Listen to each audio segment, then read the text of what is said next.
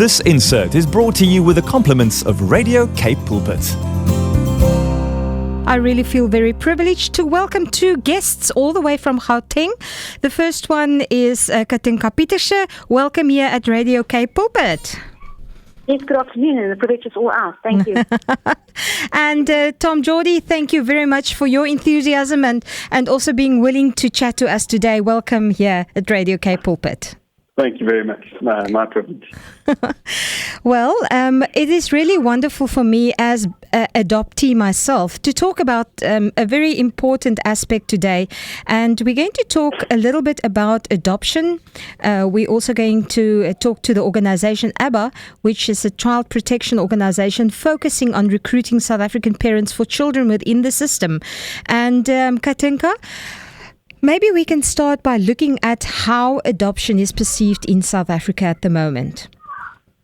Now, that's almost never an easy question to answer. No. I think, adoptions are often described as a very intense personal journey, but in the same sense, it creates for a lot of public attention. It's also often quite politicized. But let me focus on the evidence rather when I try and answer you, because I think the adoption numbers in South Africa actually give an indication of what the perceptions are, meaning that we have very low adoption numbers, and it's actually declining. Just to give you an idea, for the financial year of 2010 to 2011, we had around 2,450 adoptions registered in South Africa. And for the financial year 2017 to 2018, that number declined to 1,186. And I believe it's still declining. Sure, that's shocking. But why are people so hesitant to adopt children? Well, I think there's various reasons, but in 2010-11, and I think even after that, some research has been commissioned, and in essence, there are a few key factors that appears to play a role in the fact that people are not open to adopt. And I think one is that there's limited factual knowledge of adoption. So often public perceptions are based on negative myths almost, which is not truthful, and so there's just this whole when it comes to the knowledge of when adoptions are relevant, what the procedures are, and so forth. Then there's, very importantly, social-cultural challenges in our country. Some people and some writers have actually described adoptions as being, legal adoptions as being un-African. And that's not my position, but I do believe that there are definite cultural challenges, and this has been confirmed by research, based on the fact that adoption is permanent severance. And that is not always in agreement with cultural perspectives when it comes to adoption. And then last but not least, we have resource allocation issues. Foster care goes hand in hand with a foster care grant, whereas adoptions is not covered by a grant from government. So when you adopt, you take full financial responsibility, and that child is viewed as born as yours. So those are some of the challenges. Indeed, challenges. And that's why, Tom, it was so nice when I spoke to you. You are a father of your own child, and yet you decided to adopt 3 children. Why? I think they're all our own children now, but I think essentially we broke it up into a few reasons. I think the first one would obviously be being Christians ourselves. We have to appreciate and accept that there's gospel reasons for it. The gospel is basically a message of adoption, and we've accepted and been privileged to have been adopted into God's family, and because of that, we need to as Christians extend that to others who but for it wouldn't receive being part of a family. I think another reason we felt as a family that we wanted to grow our family this way. We always feel that there's 3 ways: birth, cesarean section, and adoption. Those are 3 ways for us to grow our family. And it was just always part of who we were and who we are and how we wanted to grow our family.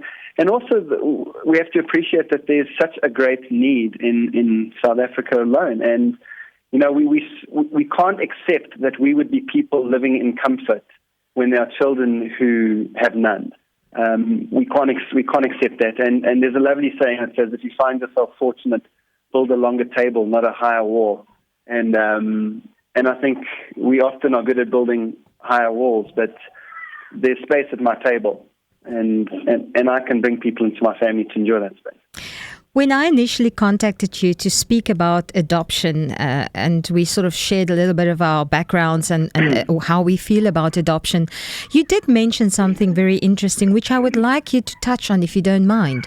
Something, when I asked you, and Katinke, you also mentioned that people are misinformed, and I think that's a cultural thing. But Tom, you had such a wonderful way of explaining. When I said to you, the question often arises, what about the cultural differences? You mentioned something specific, and I think when you did mention it to me about how you see cultural differences or cultural background, it sort of flattens the level. It levels the playground. Yes, I think. Look, I appreciate people's concern with the cultural arguments, with the watering down of culture and that, and I think it's a problematic position on two fronts. The first being when we deal with abandoned children, by maintaining a cultural position or a desire to maintain culture, what you are essentially doing is preventing these children from having a second chance at a culture. That's the first thing. But I think for me on a personal level, culture is not DNA. Culture is built in by family. Culture is what mom and dad, grandparents, extended family bring to the table.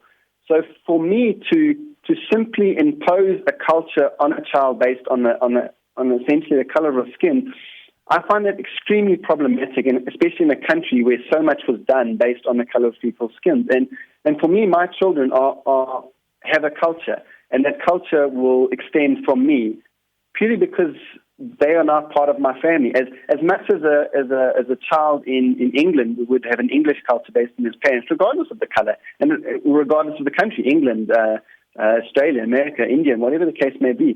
And for me, that's important. Whilst I appreciate the cultural argument and how people might look at it, for me, culture is built into a child through his experiences with his family. It's an extension of the family, not a DNA outworking sort of situation, if that makes sense. Absolutely.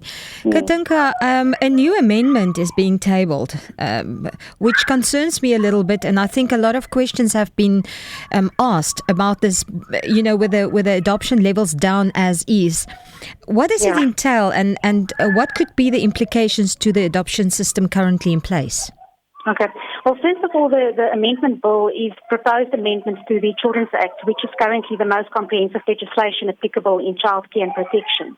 And it's quite a comprehensive bill, but there are a few areas of concern that has been raised by civil society, one being the section dealing with adoptions. And in essence, what the bill is proposing is that accredited child protection organizations like ourselves and adoption social workers, lawyers, psychologists, any other professionals will no longer be able to charge for any expert or specialist services rendered to adoptive families, not even for the reimbursement of travelling expenses, medical care, counselling, etc.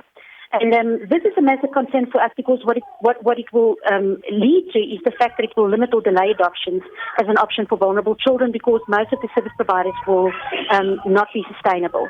And therefore, children, especially abandoned children who should benefit from adoption, will not be adopted, and that would not be in their best interest. It will actually violate the constitutional rights to family care. So that's the essence. It doesn't sound very good, and it makes absolutely sense that people have concerns about that. Now, we don't want to get all political today, but Katinke, how can people support and help to and keep on raising questions and create an awareness of concern? Yeah. Well, first of all, people like you that are in a position where you can draw public attention to the issue and focusing on this is wonderful. So we need more of that. And I think secondly, we all have our little interest around social media and our little space where we operate. And if we can really continue to focus in that area and share the concerns and really advocate and lobby for the fact that these amendments need to be further deliberated. But I think Tom can also give quite nice input because he's been advocating quite actively and he's been part of amazing initiatives to actually raise public awareness and to get public support around this. Yes, Tom, and that's actually what my last question that I would like to ask you. You are such a wonderful advocate and adversary for adoption and being a dad of all things. Your last thoughts, what would you like to leave with us today? Look, I think for me, at the end of the day, there needs to be more adoptions.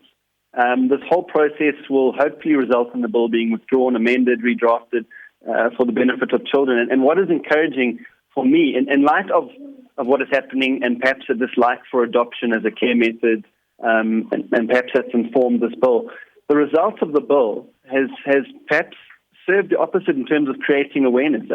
Myself and Robin Wilson-Forster and Debbie Wyber have put a petition together, and at the moment there's 62,000 plus people who have signed this petition. And what that's done is it's put the adoption narrative out there. People are talking about it. It's caused conversations and media awareness that I've never seen before. And the real need is that this needs to translate into more people raising their hands and deciding they can give themselves and their hearts to this. There's too many abandoned children alone to maintain the current rate of adoption and believe we will solve the crisis. Even if this bill gets thrown back and common sense prevails, there aren't enough adoptions. South Africans, and in my opinion, gospel-believing South Africans, Christians, need to come forward and agree to do something. You know, we won't be serving these adoptable children who don't have a forever family, especially abandoned children. We won't be helping them heal from trauma, helping them navigate attachment challenges, deal with cognitive, behavioral, social, emotional challenges informed by their past. If we number one, don't place them in loving forever families, and number two, if we don't have these parents equipped to help these kiddos essentially heal and grow. So I think people need to put up their hands. I think raising awareness, like Katinke has said, with yourself and people in your space, social media. We've got Facebook pages, The Father Heart. There's childrenmattersa.org, where people can go and read up and learn. I'm just very encouraged that the conversations are starting, that it's becoming more of a normal conversation topic. And that for me is wonderful, and hopefully it translates into more adoptions. Well, I firmly believe that so many of us being adopted ourselves that did get a second chance. I was only officially adopted when I was 5 years old because the system was so delayed. But my mother that eventually adopted me, she said she was a God-fearing person, and she said she never even had one doubt that they will come and knock at the door and say, listen, this is not your child anymore. And that is the love that is out there from us that received love from God originally. Katinke, what will your message be to the people out there today? Well, absolutely, I agree with the whole approach of where, as a society, we need to approach this. We cannot do this in isolated ways. And I think it's important that we work together to create understanding and broad acceptance in our communities.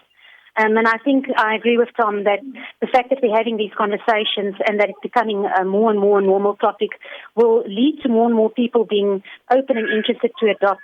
And I think it is an amazing way of becoming a family. And I would encourage people that have this desire in their heart, or maybe this seed that has been planted at some time, to nurture it and to find more out and to really converse on the topic to see and not just be scared or fear the unknown. Thank you so much, Katinke, Pieterse, Director ABBA, and also Tom Jordi, a wonderful father and a new little one that is in the process of being adopted. Thank you for what you guys are doing. And as somebody that's been adopted and got a second chance myself, I salute what you guys are doing. And I really want to urge the people out there, get in contact. You can also contact ABBA, the Child Protection Organization, focusing on recruiting South Africans, adoptive parents for South Africans in our system, and we want to encourage you, make contact with them. And thank you, Tom, that you are a father that stood up and that you are really an adversary, a wonderful adversary for adoptions yourself. May you be blessed for what you guys are doing, and let's create a bigger awareness, people. And we've got such a group of active listeners. I know that they will also help, and perhaps if you are still in doubt of adopting, chat to Katinke and the organization. There is a branch here in Cape Town, and find out more. Thank you very much for your time today, and may you be blessed. Goodbye. Thank you. Thank you.